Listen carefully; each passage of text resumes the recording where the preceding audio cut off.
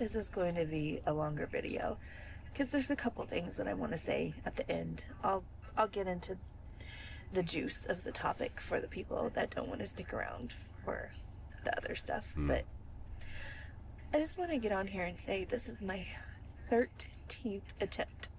I've had some challenges with the video not loading correctly and just honestly being too emotional to put it out on the internet. And I also want to address, I've seen your comments about me being a high income earner.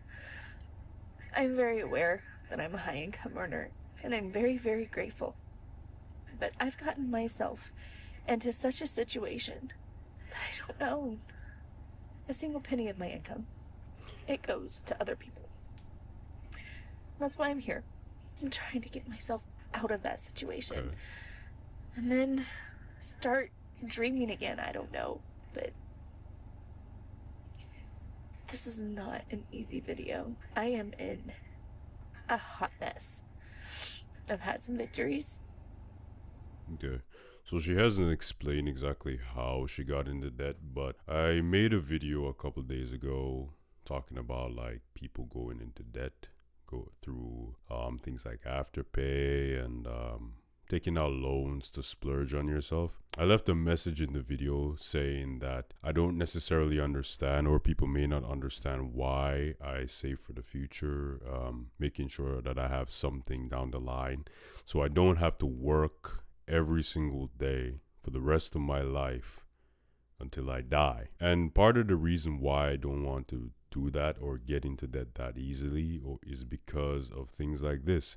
You could see the pain on her face, like she's in some serious amounts of debt, and you can look at the amount. That's $119,000. So people don't even see that amount of money in their lifetime, let alone debt. And she's probably going to have to pay that for the rest of her life. A lot of the times when I see people like going into debt willingly, and then they have doomer mentality that they're saying that there's no guarantee of a future tomorrow, yet they will still live to see tomorrow, is that debt, not only does it affect you financially, but it also affects you mentally. It also affects you physically. Like there are things that you would want to do, but you can't because you owe another person money.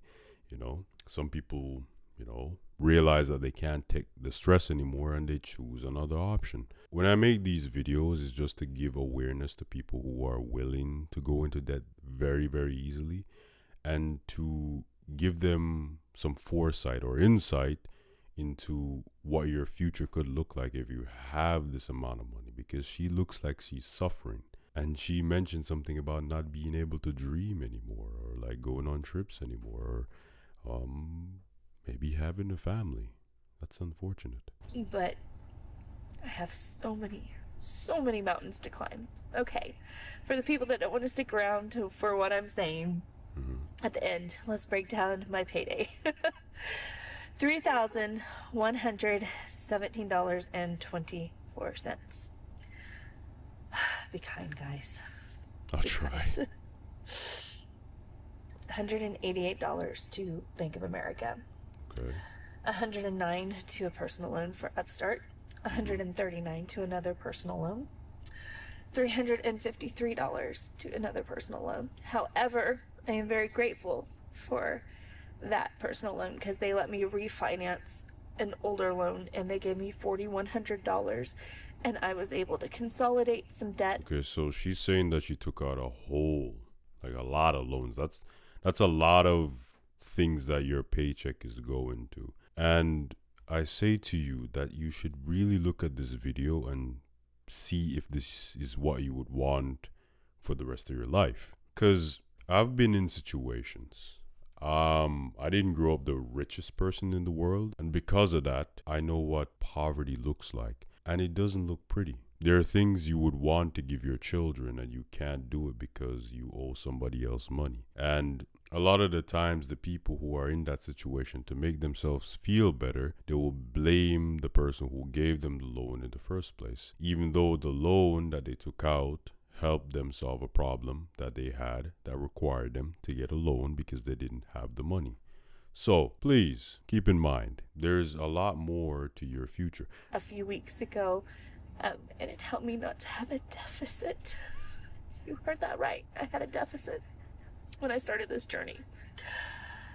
400, sorry, that's my car honking with my laptop. I apologize.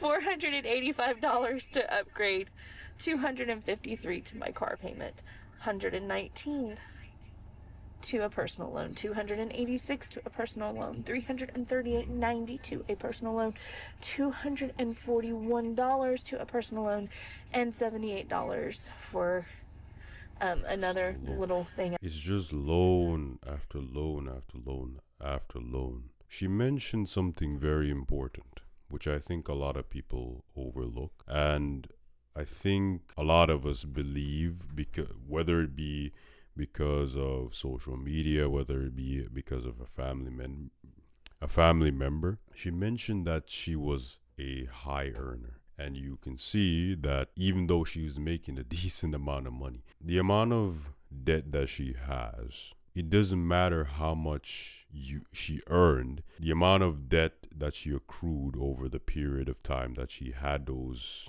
loan or she's been earning has increased. So basically what I'm saying, it doesn't matter how much you make, it's about how much you keep, how much you take out of that taxed income and put it into places where it could actually grow and give you back money. So she's making, I want to say maybe $70,000 to $80,000 a year estimated. She didn't really mention it, but like I could guess that when she says she's a high earner, that's around the range where I would imagine she would be. And she's still making all of these payments. It goes to show that your habits, the way you view money, the way you spend money is more important than the amount of money you earn.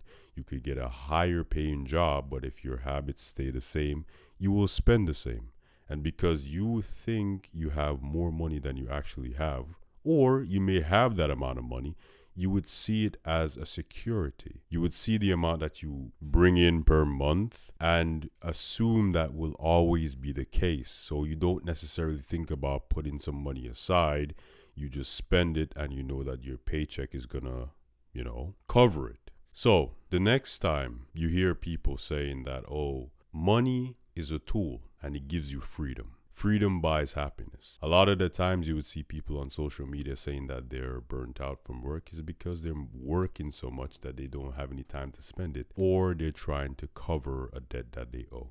Please take heed from this video and make a better decision for your future. That's all.